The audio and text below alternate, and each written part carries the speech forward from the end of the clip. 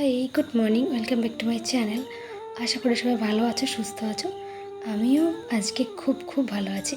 তার কারণ আমি আজকে যাব আমার মায়ের কাছে, মানে আমার বাপের বাড়ি। তো সেই জন্য মনটা খুব খুশি আছে। আর প্রত্যেকটা মেয়ের ক্ষেত্রেই তারা যখন না তাদের বাপের বাড়ি যায়, তাদের মনটা খুব ভালো থাকে। কিন্তু যখন আবার তারা বাপের বাড়ি থেকে শ্বশুর বাড়ি আসে, তখন আবার মনটা খারাপ হয়ে যায়। তো যাই হোক, তা এখন এই মুহূর্তে মনটা খুব ভালো আছে। কারণ যেহেতু আজকে আমি বাপের বাড়ি যাচ্ছি, তো এখন সেখানে গিয়ে কদিন থাকবো।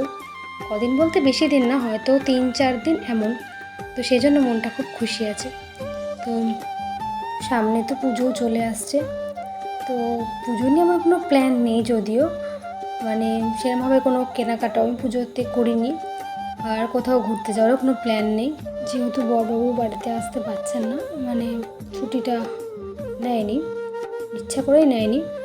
ওই যে একদিন একটা কথা বলেছিলাম না, জীবনে ভালো কিছু পেতে হলে কিছু স্যাক্রিফাইস করতে হয়। তো ধরে নাও সেই কারণেই কিছু কারণে ছুটিটা নেয়নি। এইবার পুজোটা একা একাই দেখতে হবে আমাকে, কিছু করার নেই। হাজার মন খারাপ করলেও তো এর সমাধান হয় না, হাজার চোখের জল ফেললেও এর সমাধান হয় না। আর ফৌজিবাবুদের বিয়ে করলে স্যাক্রিফাইস তো করতেই হবে। আর এই যে কোনো উৎসব, মানে ধরো দুর্গা পুজো, কালী পুজো, এরপরে আমাদের যেহেতু আমার শান্তিপুরে বাড়ি রাস বিখ্যাত, তো এইগুলো যে আমরা কোন বছর যে কোনটা আমরা দুজনে মিলে একসঙ্গে দেখবো, সেটা আমিও জানি না, ও জানে না। সেটা এখন সময়ের উপর ডিপেন্ড করে ছুটিটা অ্যাপ্লাই করা হবে।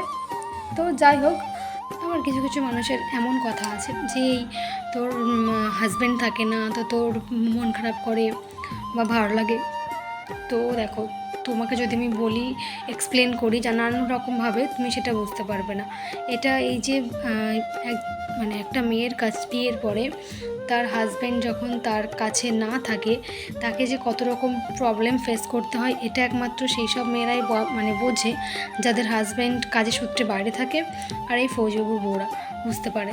তাছাড়া কেউ মনে হয় না কেউ বুঝতে পারবে। আমি তোমাকে হাজার রকমভাবে বললেও তুমি বুঝতে পারবে না। তো অর্থাৎ হাজার কষ্ট হলেও থাকতে হবে। তাদের সাথে কথা বলতে বলতে আমার সমস্ত কাজকর্ম হয়ে গেছে। তারপরে শাড়িটাই পিন করতে পারছিলাম না, তো মাকে ডাকলাম, মানে আমার শাশুড়ি মাকে। তো উনি এসে ঠিক করে দিচ্ছিলেন।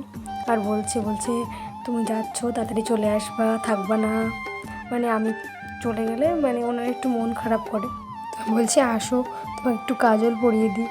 তো যাই হোক, তোমাদের সাথে গল্প করতে করতে আমার সমস্ত কাজ টাজ হয়ে গেছে।